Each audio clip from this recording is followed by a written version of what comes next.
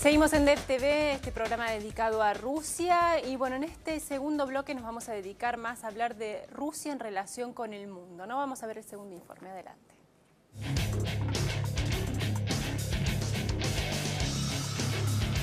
Al estallar la Unión Soviética en 1992, la nueva Rusia recibió en herencia las Fuerzas Armadas, los misiles, las embajadas, la mayor parte de su industria y 17 millones de kilómetros cuadrados que le permitieron seguir siendo el país más grande del mundo y una potencia militar y nuclear.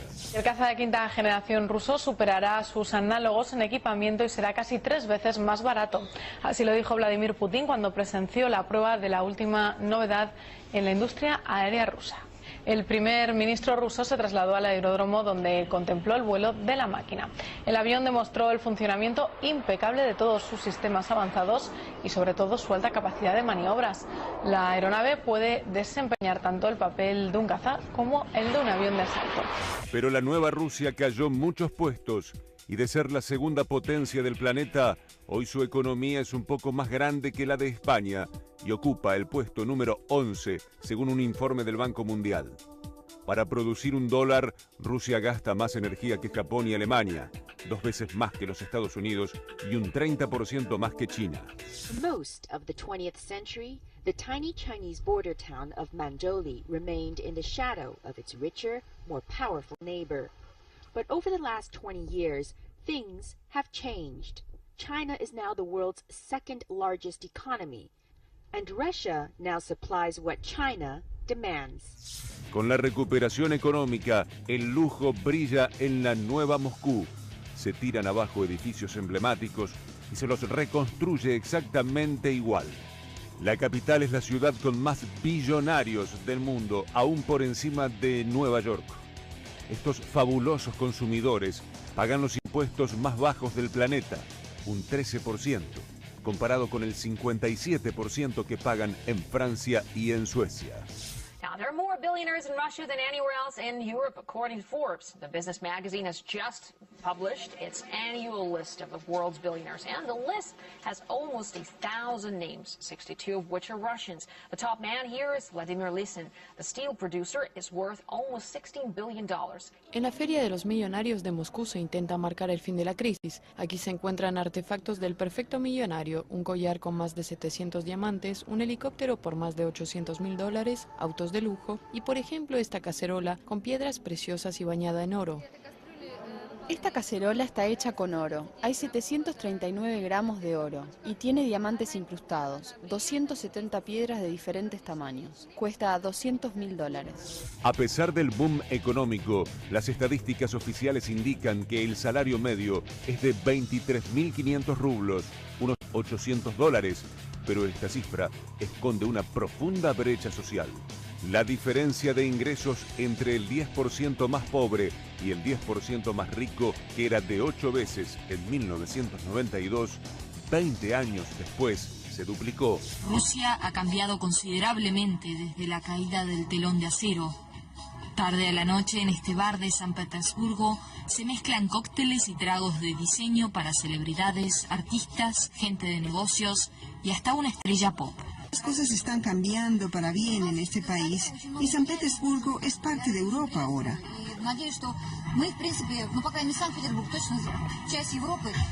Puede que haya una base sólida de clientes adinerados para que esta discoteca funcione a tope cada fin de semana, pero son minoría. A las puertas quedó el otro San Petersburgo, que no está de fiesta precisamente.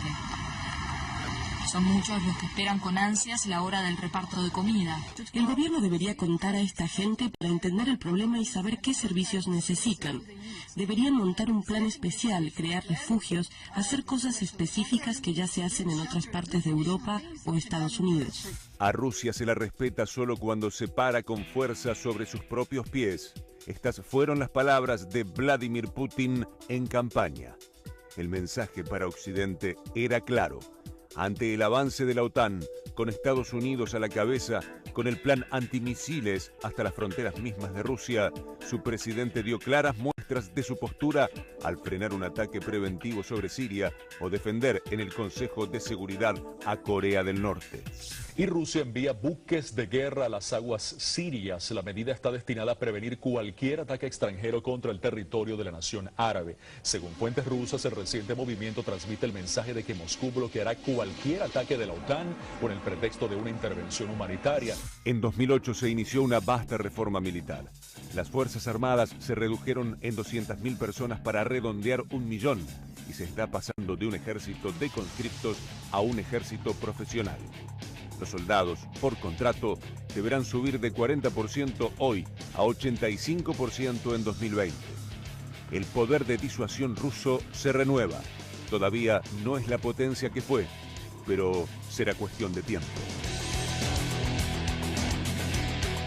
Bueno, vamos a decir que los datos de estos dos informes están basados en una nota muy extensa, muy completa, sumamente interesante que elaboró Patricia Lee para la revista DEF, que la pueden ver. Realmente te felicito, Patricia, porque es interesantísima la nota, habla de historia, de comparaciones, muy abarcativa, muy interesante. Fabián, ¿cómo estás? ¿Cómo Bienvenido. está? Buenas noches, Muriel, gracias.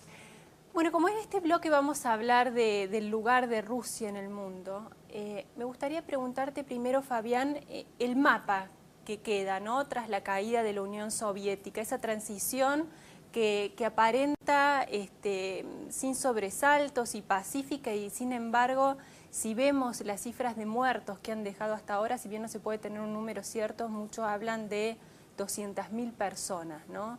¿Qué es lo que dejó esta caída de la Unión Soviética? La Unión Soviética obviamente es protagonista del fin de la Guerra Fría, pero también es protagonista de dos épocas posguerra fría. La primera es el caso tal vez más extremos, también hay algunos casos en Latinoamérica y en otras zonas subdesarrolladas, de esta idea de los 90 de capitalismo salvaje, del animal spirit, ¿no?, de regreso al darwinismo social. Rusia fue escenario de eso, digamos. Patricia lo vivió en persona ya como corresponsal, digamos, esta idea de que el mercado manda todo, el Estado molesta, los privados tienen que tener poder, que derivó en una nueva nomenclatura, no política, sino de grandes empresarios, muchos de ellos exfuncionarios soviéticos, muchos de ellos jóvenes, que se adueñaron de bienes del Estado, la siderurgia, el petróleo, los minerales, etcétera. Ahora, en complicidad con funcionarios del Estado, muchos de ellos provenientes de la vieja Unión Soviética, porque no había forma de ser ni político ni militar en los 90 si no había sido en la época soviética, ¿no?, con la carga del fanatismo de los conversos, digamos, ¿no?, ese que hacen una exageración muchas veces de ciertas convicciones. Ahora, para fin de los 90, Rusia empieza a tener síntomas de descomposición gravísima, sociales, políticas, a nivel de presupuesto militar, incluyendo, digamos, el núcleo duro del Estado, que era su aparato de inteligencia y de seguridad, lo último que le restaba al Estado soviético de fuerte.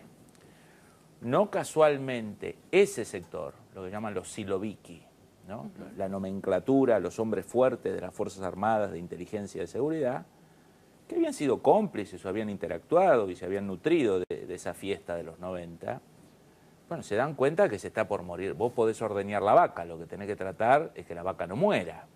Vos podés hacerla adelgazar, que rengue, pero si se muere se acabó el circo. Y ahí, a fines de los 90, en contexto de la crisis económica del 98, que es una crisis muy fuerte económica soviética, rusa, esa nomenclatura toma el poder. O sea, lo condiciona Yeltsin, al cual habían acompañado hasta ese momento, y es como que dicen, bueno, la vaca no puede morir. ¿Con posibilidades, crees, de volver a ser la gran potencia que fue? No, yo creo que Rusia tiene unas limitaciones, por ejemplo, graves en temas demográficos, ¿no?, una cuestión demográfica que no es fácil de revertir. Tiene vecinos muy poderosos, en el sentido de... Claro, con un país que está perdiendo habitantes, ¿no? Al contrario de lo que ve uno en lo que es la tendencia mundial, el problema precisamente de Rusia es que está perdiendo algo que... Pierde habitantes y está rodeado de países con natalidad alta, claro, países asiáticos, países islámicos, la propia China, digamos, ¿no? Por lo tanto, tema demográfico. Ahora, ¿qué tiene Rusia? Primero que todo, Rusia tiene una cantidad inmensa de recursos naturales. Es el primer productor por lejos de petróleo, de gas, de minerales. Ocupa 1/5 de la superficie terrestre del planeta. Digamos, ¿no? O sea, todo lo que hay en el mundo hay grande posibilidad de que esté ahí. Segundo, tiene un complejo industrial militar que sin duda después del de Estados Unidos es el más desarrollado. O sea, si uno mira el presupuesto de defensa ruso, es hoy 1/10 del presupuesto de defensa de Estados Unidos. Cuando en la Guerra Fría era la mitad, el 40%, hoy es el 10%. Bueno, eso también llama la atención, ¿no? Si uno considera lo que es la economía rusa hoy, que está en el puesto número 11, ¿no? De acuerdo a datos de 2010, el gasto militar que tiene es altísimo si lo comparamos, por ejemplo, con otra economía enorme como es Alemania, que es mucho mayor que la rusa.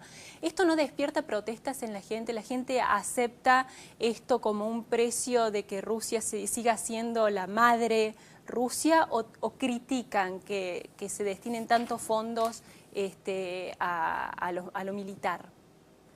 Bueno, no es un tema popular, digamos, de conversación general. Hay sí un sentimiento de que está bien que se restaure el ejército porque había llegado a una debacle durante los años 90.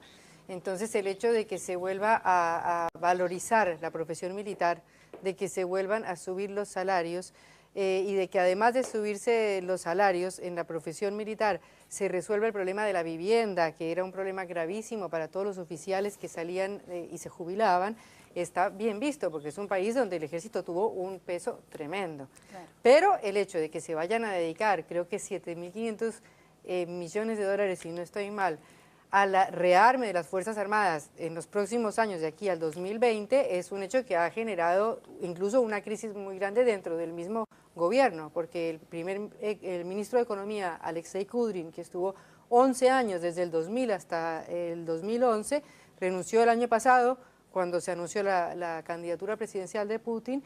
Entre otras cosas dicen que porque considera que no se puede hacer semejante gasto tan grande en el rearme de las Fuerzas Armadas rusas. ¿Cuál es el poder que tiene Rusia hoy en el mundo, Fabián, en este mundo multipolar, no? Bueno, en el tema específico militar, sin duda, con sus limitaciones, por las crisis de los 90, los últimos años ya de los 80, que es un PBI relativamente chico, es uno de los 11 PBI más grandes del mundo. Digamos. Brasil tiene una economía en producción de riqueza anual más grande que Rusia. Ahora, la Unión Soviética tiene un complejo militar industrial solo superado por los Estados Unidos. Es la segunda potencia termonuclear del mundo, es junto a Estados Unidos, digamos, para decirlo muy sencillamente, es el único país hoy que está en condiciones de destruir a los Estados Unidos. Digamos, tiene misiles intercontinentales, los Topol, tiene un conjunto, obviamente números más reducidos, con problemas, pero el poder estratégico militar de Rusia hoy, después de 10 años de recuperación, es sin duda el segundo poder militar convencional del mundo y sin duda el nuclear. Digamos, decir primero, segundo, Estados Unidos y Rusia se pueden destruir mutuamente, por lo tanto decir Estados Unidos tiene más bombas nucleares que Rusia no tiene ningún sentido porque el holocausto sería garantizado. Por lo tanto, si uno mira los PBI, se puede engañar, porque puede decir, no, Rusia es menos, es igual que España. No, Rusia no es igual que España. Con el mundo, ¿no? Vamos a ver el segundo informe, adelante.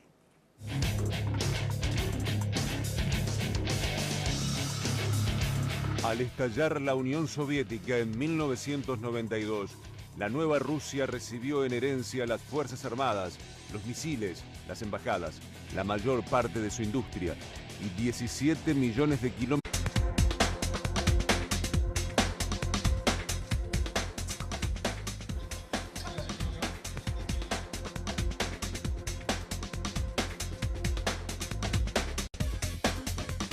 Seguimos en DevTV, este programa dedicado a Rusia, y bueno, en este segundo bloque nos vamos a dedicar más a hablar de Rusia en relación que la de España, y ocupa el puesto número 11 según un informe del Banco Mundial. Para producir $1, Rusia gasta más energía que Japón y Alemania, 2 veces más que los Estados Unidos y un 30% más que China.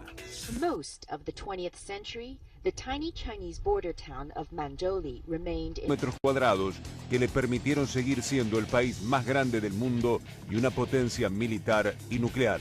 El caza de quinta generación ruso superará a sus análogos en equipamiento y será casi 3 veces más barato.